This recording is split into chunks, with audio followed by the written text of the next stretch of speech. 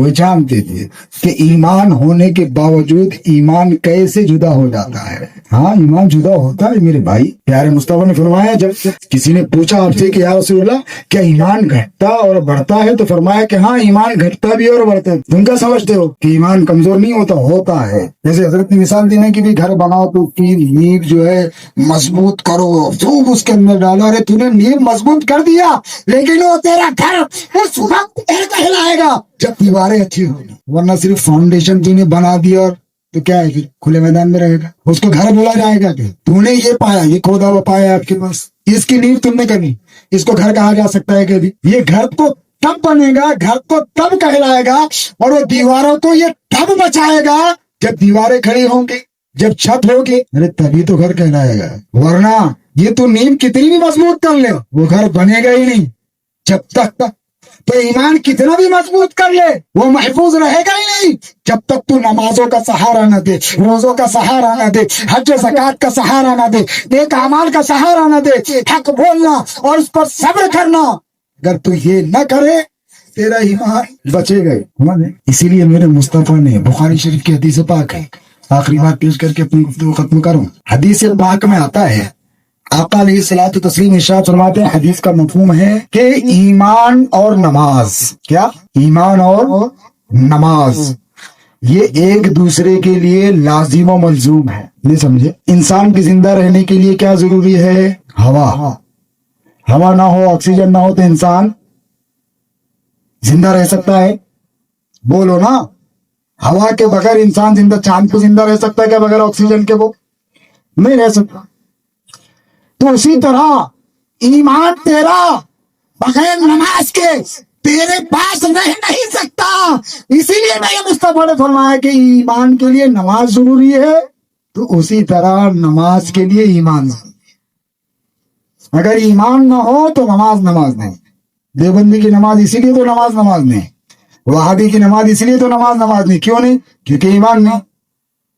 جب سنیوں کے اندر ایمان تو ہے لیکن پھر اب بہت سا سننے میں آتا ہے نا یار فلاں سنی سولہ کلی ہو جا رہا ہے نا, ان کی بیٹی کر لے رہا, اپنی بیٹی دے رہا, یا جماعت میں چلے جا رہا 3 دن 10 دن 40 دن. یہ کیوں ہو رہا؟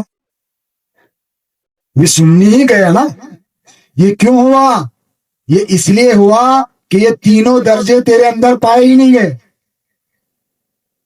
برائی کو تو نے روکا نہیں, برائی سے لوگوں کو روکا نہیں, برائی کو برا نہیں جانا, اپنے اندر برائیاں لاتا گیا, اور تو نے نماز کی عظمت کو نہ سمجھا, تو نے روزوں کی عظمت کو نہ سمجھا, تو نے نیک اعمال کی رحمت کو نہ سمجھا کہ نیکیوں سے کتنی رحمتوں کا نزول ہوتا ہے, تو نے اسے سمجھا ہی نہیں.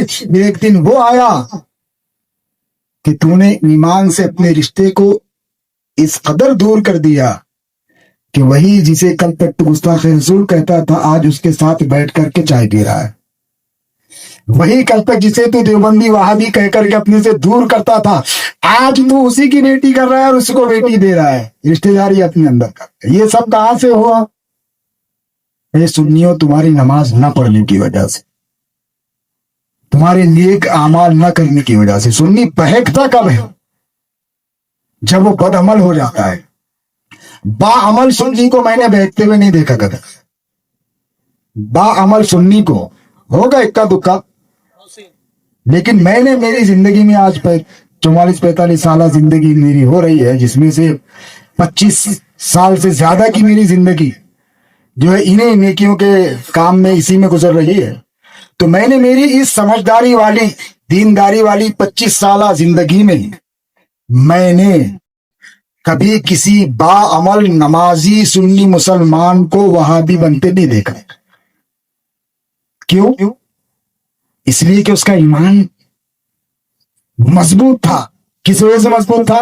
نماز اسے غذا دے رہی تھی. نماز آکسیجن ہے اس کی زندگی کے. آکسیجن جس طرح ہوا ہے تو تیرے ایمان کی آکسیجن نماز ہے, اور تیرے نماز کے آکسیجن ایمان, وہ دونوں ایک دوسرے کے لیے ضروری ہے. تو اب اگر سنی مسلمان نماز نہیں پڑھتا تو اس کے ایمان کا بھی ٹھکانہ نہیں, کب چلا جائے, کب اس سے دور ہو جائے, نکل جائے, کوئی بھروسہ نہیں ہے. کوئی سنی مسلمان اگر نیک عمل نہیں کرتا تو اس کے ایمان پر کب ضربے کاری لگ جائے شیطان، کب جو اس پر حملہ کر دے، کوئی نہیں بتا سکتا۔ میرے عزیز، یہی وجہ ہے کہ میرے نبی نے رات بھر نمازیں پڑھ کر، عائشہ صدیقہ رضی اللہ تعالیٰ عنہ عرض کرتی، یا رسول اللہ، آپ تو بخشائے ہوئے ہیں اور آپ کی وجہ سے لوگوں کی بخشش ہونے والی ہے، آپ کے صدقے میں لوگ بخشے جانے والے ہیں، تو یا رسول اللہ پھر آپ اتنی محنت کیوں کرتے ہیں، پھر آپ اتنی نمازیں کیوں پڑھتے ہیں، رات بھر آپ اتنا کہ پیروں میں ورم آ جاتا ہے۔ عزیزان ملت اسلامیہ، ماں عائشہ صدیقہ رضی اللہ تعالیٰ عنہ ارشاد فرماتی ہے کہ میرے آقا کی نماز پڑھنے کا عالم یہ تھا کہ اللہ اکبر، پیروں میں ورم آ جاتا، تلوے سوج جاتے، گویا کہ یوں محسوس ہوتا کہ اب ایڑیاں پھٹ کر اس میں سے خون نکلنے لگے گا، اتنی نمازیں۔ اللہ اللہ، میرے مصطفیٰ ارشاد فرماتے ہیں، اے عائشہ، میں اتنی محنت اس لیے کرتا ہوں، میں اتنی نمازیں اس لیے پڑھتا ہوں کہ میں اپنے رب کا شکر ادا کرتا ہوں کہ میرے رب، تو نے مجھے نبی بنایا ہے۔ تو پھر سنی مسلمان شکر ادا کیوں نہیں کرتا کہ میرے رب نے ہمیں سنی بنایا ہے؟ تو وہ نمازیں کیوں نہیں پڑھتا؟ میرے نبی تو شکر منائے اس بات پر کہ میرے رب نے مجھے نبوت سے نوازا ہے، تو میں اپنے رب کا شکر گزار بندہ کیوں نہ بنوں؟ تو میرے مصطفیٰ نے جو ہمیں سنیت سے نوازا ہے، تو ہم شکر گزار بندے کیوں نہ بنے؟ ہم تو ناشکر ہیں، ہم کوئی شکر ادا کرتے ہی نہیں۔ کیونکہ الحمدللہ میں سنی ہوں، صرف یہ بول دینے سے شکر ادا نہیں ہوگا، نماز پڑھ کے سلام پھیر کے کہنا الحمدللہ میں سنی ہوں، تب ہوگا۔ میرے عزیز، کیا کرو، کہاں جا رہے ہو؟ اپنی زندگی کو کس دلدل میں پھنسا رہے ہو؟ خود بھی پھنس رہے ہو اور اپنی ماں بہنوں کو بھی پھنسا رہے۔ میری ماں بہنیں جو میری آواز سن رہی ہے، میں ان سے بھی گزارش کروں گا، وہ میری ماں بہنوں، تمہاری بدولت تمہارا گھر جنت بھی ہے اور دوزخ بھی بن سکتا ہے۔ کیوں؟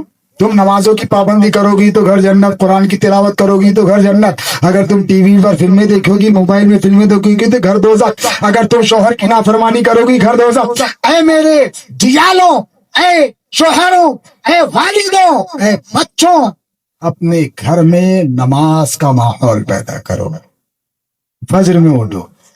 جانتے ہو سرکار تاج الشریعہ رضی اللہ تعالیٰ عنہ ہمیشہ فجر کی نماز میں پہلے اٹھتے اور دوڑتے۔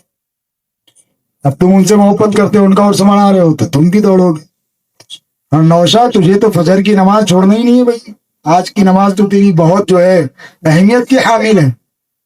صرف جو ہے دلہا دلہن کو پہلی رات میں نماز بہت یاد آتی، وہ ایک مصلی بچھا کے دونوں کھڑے ہو جاتے ایک مصلی پہ شکرانے کی نماز پڑھنے کے لیے، وہ بہت اہم رہتا، سب سے پوچھتے رہتے، جیسی یہ رات گزر گئی، شب زفاف گزر گئی، جاؤ فجر گئی، ظہر گئی، عصر گئی، کیوں تگلے میں نوشا بنا۔ وہ عورت تو وضو اس لیے نہیں کرتی کہ میک اپ اتر جائے گا،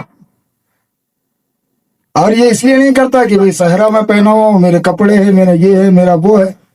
عزیزان ملت اسلامیہ، نہیں، یہ نکاح یہ رب کی نعمت ہے، یہ ایمان جو تمہیں ملا ہے یہ رب کی نعمت ہے۔ اس ایمان کو میرے مصطفیٰ نے جو فرمایا، وہی کامیاب ہوگا جو دنیا سے رائی کے دانے برابر بھی اگر ایمان لے کر کے آ گیا۔ یہ کیوں فرمایا رائی کے دانے کے برابر بھی؟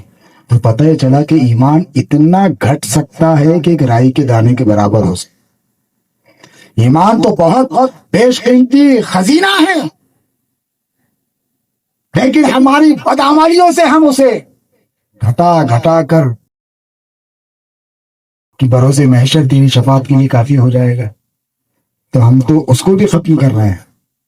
عزیزان ملت اسلامیہ، اگر نمازوں کی پابندی نہیں کرو گے، اگر نیک اعمال نہیں کرو گے، برائیوں سے نہیں بچو گے، تو یاد رکھو یہ بیش قیمتی ایمان جو تمہیں ملا ہے یہ بھی سلامت نہیں رہے گا۔ یہی درس سرکار تاج الشریعہ رضی اللہ تعالیٰ عنہ نے سارے سنی مسلمانوں کو دیا ہے، سمجھ رہے ہیں؟ آپ سمجھتے ہو کہ نہیں صرف انہوں نے بس یہی کیا، ان کا رد ان کا رد، ارے یہ صرف 10% کیا ہے، 90% تو اپنوں کا ہی رد کیا ہے انہوں نے۔ فتاوی رضویہ شریف اعلیٰ حضرت کے لاکھوں فتوے ہیں اس میں، مشکل سے رد میں تم کو فتوے ملیں گے، لاکھ اگر ہیں تو 5,000 ملیں گے رد وہابیہ دیابنا، اور 95,000 فتوے تم کو ملیں گے سنی مسلمانوں کے رد میں۔ شادی میں یہ مت کرو، اعلیٰ حضرت نمازیں مت چھوڑو، آپ کا 95% فتاووں کا حصہ اصلاح امت کے لیے اصل میں لوگوں نے بدنام کر دیا ہے، اور ہم بھی اس جو ہے نرغے میں آ گئے ہیں کہ ہم سمجھتے ہیں کہ یار اعلیٰ حضرت نے صرف وہابیوں، ارے بے شک اعلیٰ حضرت نے کیا، وہ تو قرآن میں بھی بیان فرما۔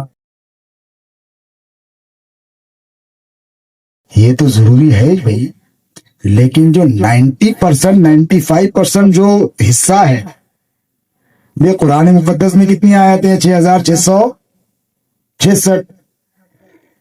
تو رد میں 666 آیتیں بتا دو مجھ کو، بھی پڑھو، رد میں بتا دو اتنی۔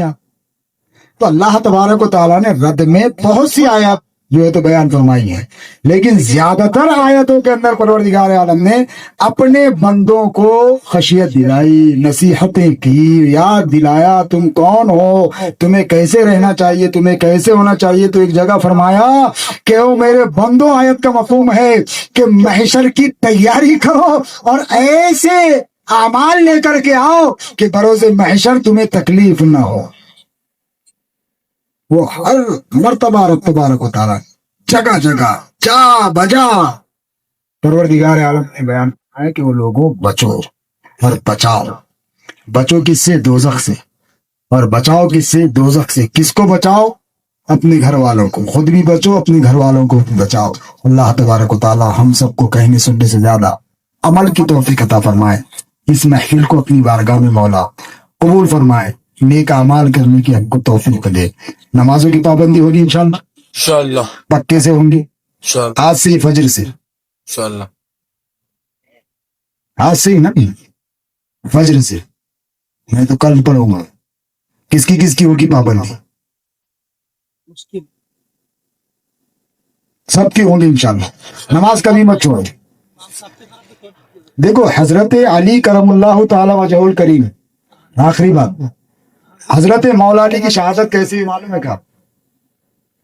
حضرت علی کی شہادت معلوم ہے؟ علی والے ہیں نا تم، تو حضرت علی کیسے شہید ہوئے پتا ہے کہ نہیں؟ میں موقع کیسے ملا دشمنوں کو حضرت علی کو شہید کرنے کا؟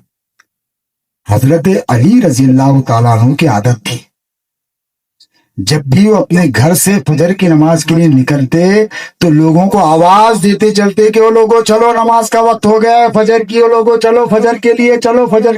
اذان سے 1 گھنٹہ پہلے بستی میں آپ گھوما کرتے تھے، لوگوں کو اٹھاتے ہوئے چلو فجر کی نماز کی، اور اکیلے رہتے تھے۔ تو دشمنوں نے اسی درمیان میں آپ پہ وار کیا، اندھیرے کا فائدہ اٹھا کر حضرت علی لوگوں کو آواز دے رہے ہیں چلو فجر کی نماز کے لیے، پیچھے سے تلوار کا وار کر دیا گیا۔ اس وار سے 3 دن کے بعد آپ کی شہادت ہوئی۔